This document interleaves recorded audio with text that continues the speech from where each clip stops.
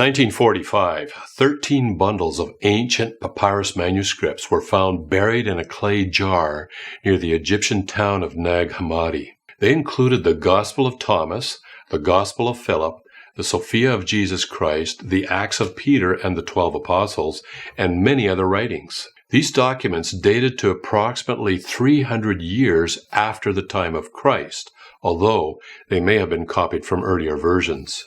As a result of these discoveries, some have suggested that we have good reason to believe that the New Testament was hand-selected by Constantine and his religious cronies for the purpose of politics and controlling the Roman citizens, rather than a process that was directed by God. So do you think these ancient Gospels should have been included in the New Testament portion of the Bible? If so, what criteria would you base your decision on?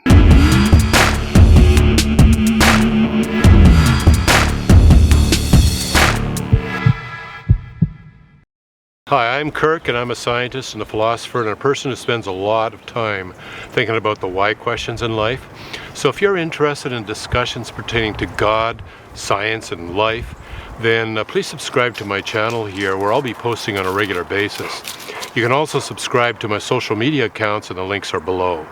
There are quite a few ancient writings associated with links to Christianity that date to the 2nd or 3rd centuries AD. Some people call them the Lost Gospels or the Forbidden Gospels, with the idea that a small group of people in positions of power decided at the Council of Nicaea in 325 AD which books would be included in the Bible and which ones would not, all based on personal and political reasons. So let's dive into this a bit. First of all, do you know what actually happened at the Council of Nicaea almost 300 years after the time of Christ? Despite all the conspiracy theories floating around online, the Council of Nicaea actually had nothing at all to do with choosing the books of the New Testament. In reality, it was a meeting of church leaders convened by Emperor Constantine I for the purpose of addressing what has become known as the Arian controversy. Apparently, a man by the name of Arius, who lived more than 200 years after the time of Christ, had begun to teach that Jesus Christ was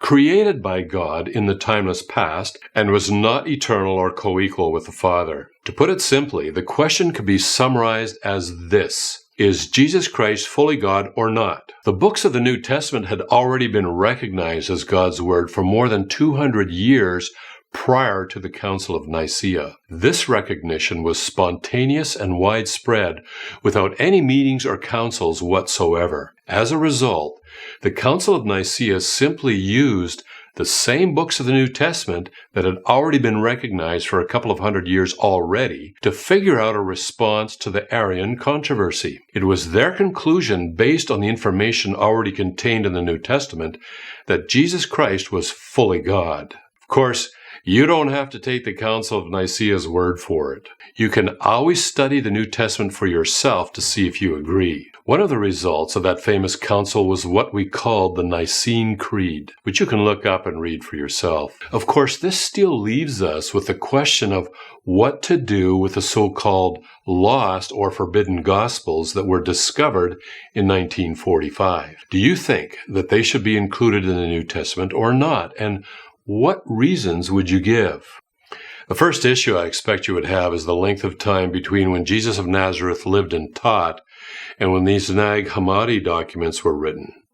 The 4 Gospels in the New Testament were all written in the 1st century by eyewitnesses to the ministry of Christ or by people who had access to detailed accounts of eyewitnesses.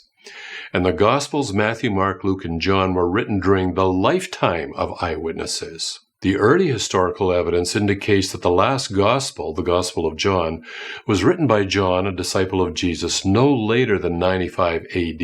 This is not the case for any of the so-called lost or forbidden Gospels. A colleague of mine, Wes Huff, a PhD student at Wycliffe College, University of Toronto, has put together a beautiful infographic on what I will mention next. Scholars in the field of New Testament studies have dated these later so-called lost Gospels using a variety of methods. The Gospel of Truth is one of the earliest ones and was written more than a century after the time of Christ. long after the last eyewitnesses were dead. The Gospel of Peter was written at least 120 years after the time of Christ. The Gospel of Judas between 150 to 300 years after Christ.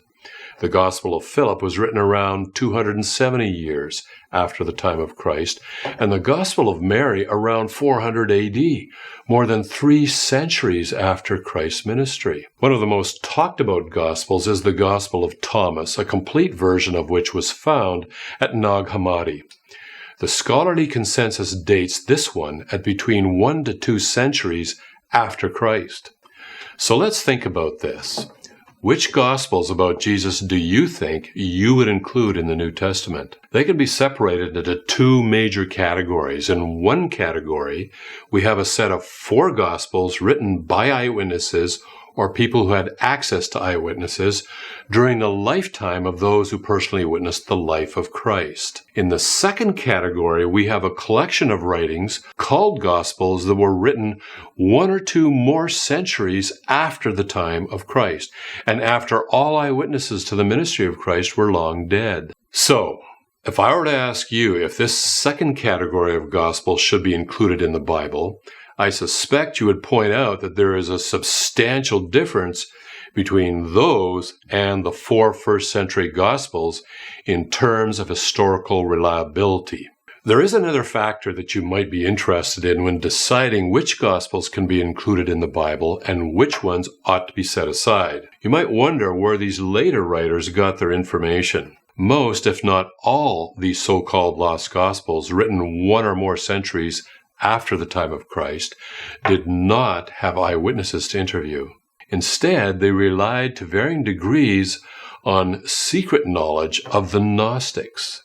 These later Gospels do not say anything of note regarding the historical aspect of Jesus of Nazareth, tending instead to focus on special knowledge of what these later writers believed Christ and the various followers might have thought and said. The question we need to ask is, why we should trust that these Nag Hammadi Gospels contain reliable information about Jesus and what he taught. For the 4 New Testament Gospels, we can point to the fact that they were written from eyewitness testimony in the 1st century, while thousands of eyewitnesses to the ministry of Christ were still alive. For these other Gospels, including the Nag Hammadi writings, we have nothing. There's no supporting evidence to warrant us trusting that they are reliable. In fact, in some cases, they contain so-called sayings of Jesus that directly contradict the Gospels that were written 1 or 2 centuries earlier. So back to our original question. If you were given the responsibility of deciding which Gospel should be included in the New Testament, what would you decide and what would be the basis for your decision? If you decided to include them, what justification could you provide?